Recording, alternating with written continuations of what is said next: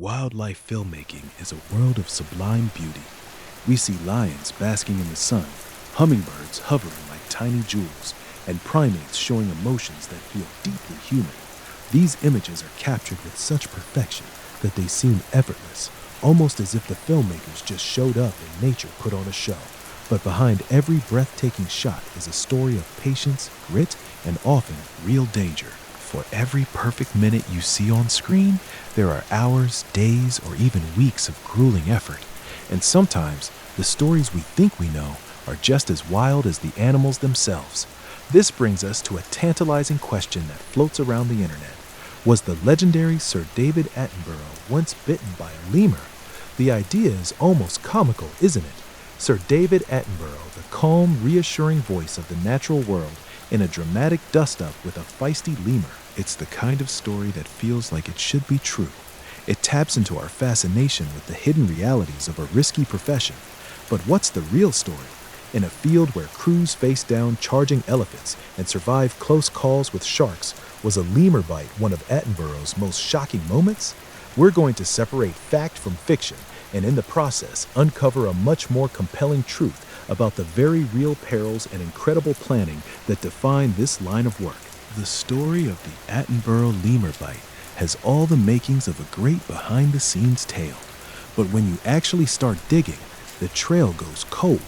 There are no verified records, no producer interviews, no footage of a lemur getting the better of Sir David. It appears to be a piece of digital folklore. But just because there was no dramatic bite doesn't mean Attenborough's history with lemurs isn't fascinating. In fact, the truth is way more impressive. Let's rewind to the early 1960s. A young David Attenborough is in Madagascar.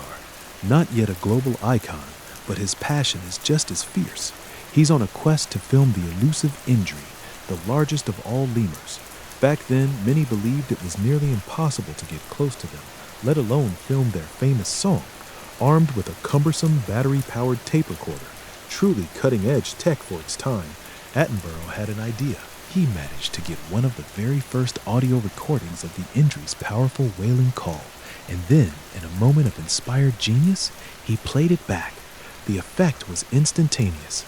The lemurs, likely thinking a rival group was in their territory, responded with their own chorus and came closer to investigate. He hadn't just captured their song, he had found a way to bridge the gap between their world and ours. This wasn't a story of conflict, but of intellect. It was a landmark moment in wildlife documentation that set the stage for a career defined not by reckless daring, but by profound respect and curiosity. So, if the lemur bite is a myth, does that mean the job is safe? Not even close. The reality of wildlife filmmaking is that danger is a constant companion. Crews operate in the world's most remote and unforgiving places, where there are no second chances and help can be days away. The dangers aren't always what you'd expect, like the teeth and claws of a predator. Sometimes the environment itself is the biggest threat. Filmmakers endure conditions that would break most people. They work in rainforests so humid that camera lenses fog up for hours, shrinking the filming window. They face swarms of biting insects, the constant risk of disease, and the threat of venomous snakes. They operate at high altitudes where the thin air makes carrying heavy gear a brutal task, and in Arctic environments where temperatures can drop to negative 40 degrees Celsius, a point where equipment simply stops working. And then there are the animals. For every serene shot of a lioness with her cubs, there's an unseen crew filming in pitch darkness, using infrared cameras, knowing they're in the presence of powerful hunters. Cameramen like the legendary Doug Allen have shared stories of near misses, including being dragged underwater by a walrus and tense encounters with great white sharks. These aren't scripted. They're volatile moments where experience and a calm nerve are all that stand between getting the shot and disaster. Often, a good camouflage hide is so effective that animals wander dangerously close, and the only rule is simple yet incredibly difficult: don't move a muscle. How do these crews not only survive but thrive? The secret weapon isn't adrenaline, it's an almost obsessive level of planning.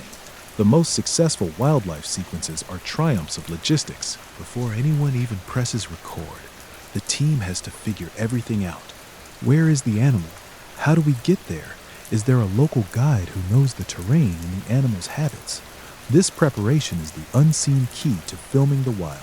To capture snub-nosed monkeys in China, primates some have linked to the Yeti legend. A crew had to spend weeks letting the animals get used to them, slowly closing the distance. This process, called habituation, is a delicate dance. The goal is to become an ignorable part of the scenery so that the behavior you film is natural and the animal isn't stressed. Technology is also a game changer. Long lenses let filmmakers capture intimate moments from a safe distance. Remote cameras, hidden in clever disguises, go where humans can't. High-speed cameras reveal the stunning mechanics of a pounce or a flight in fractions of a second. Every tool and every strategy is designed to solve one challenge: how to become invisible while capturing images that feel intensely personal. This is a job where patience isn't just a virtue, it's the most critical tool in the kit. The real story of wildlife filmmaking is a collection of thousands of these moments of planning, patience, and deep respect for the natural world. It's far more awe-inspiring than any fictional bite. What's the most incredible behind-the-scenes wildlife moment you've ever heard about? Let us know in the comments below. And if you want to keep exploring the untold stories of how these amazing documentaries get made, be sure to subscribe. So, did a lemur ever bite David Attenborough? There are certainly no credible reports of it. The story is a fun piece of fiction that pales in comparison to the reality of his work. His true encounter with the injured lemurs was not one of conflict, but of pioneering science and respectful interaction. And that's the ultimate takeaway. The real story isn't just about the dangers faced, it's about the passion that drives these crews to overcome them. It's about the profound dedication it takes to bring the wonders of the natural world into our homes, not through force, but through understanding. The truth about the Attenborough lemur bite is that the truth is a much better story. It's a story of a young man with a tape recorder changing how we see an entire species. It's the story of countless unnamed filmmakers who risk it all, not for glory, but for that one perfect shot that will inspire a new generation to care about our planet. The next time you watch a nature documentary and find yourself captivated by an impossible moment, remember the immense, unseen effort behind it. Remember the planning, the patience, and the silent presence of the person behind the camera.